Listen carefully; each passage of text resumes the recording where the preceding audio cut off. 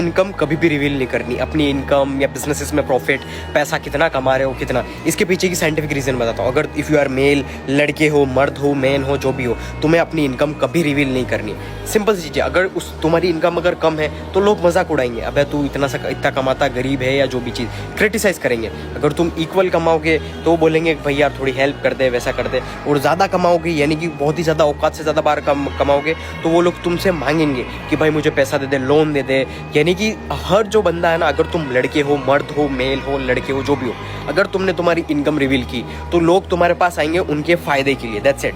वो आएंगे फ़ायदा, उनका फ़ायदा हो सके, तुमसे कुछ पैसा मिल सके और तुम्हारा कुछ फ़ायदा बेनिफिट ले सके। और अगर उनसे पैसा ले लिया, यानी कि अगर कोई गरीब आया है तुम्हारे पास या कोई भी ऐसा, I am just giving you example, तो वो तुमसे पैसे लेगा बिना फालतू के। देखो एक चीज़ समझो, तुम पैसा किसी को तभी दोगे जब वैल्यू ट्रांजेक्शन, यानी जो पूरी दुनिया है ये ट्रांजेक्शन पे चलती है। अगर तुम्हें वो कुछ वो वैल्यू देगा तो जाकर तुम पैसा दोगे। बाकी सारी चीज़ें है ना, कभी भी अपनी इनकम रिवील नहीं करनी, नंबर 1 थिंग। और जो अपनी इनकम होती है, जो नेटवर्थ है या फिर आपकी जो भी प्रॉफिट्स है, देयर मनी की जो एनर्जी होती है वो खुद इटसेल्फ एनर्जी डिफरेंट होती है। तो इसीलिए वो एनर्जी तभी ग्रो होती है जब वो हमेशा हाइड रहे, यानी हमेशा यूनिवर्स का लॉ है, हमेशा वो लड़के की या मर्द की जो इनकम है वो तभी ग्रो करती है जब वो हिडन रहे, हमेशा क्वाइट, चुपचाप। कभी देखा है बिल गेट्स को या इलॉन मस्क को पैसे उड़ाते हुए या फिर शॉफ करते हुए, डांस कर रहे हैं बार के अंदर, गाड़ियाँ दिखा रहे हैं, शॉफ कर रहे हैं? कहीं नहीं देखा होगा तुमने।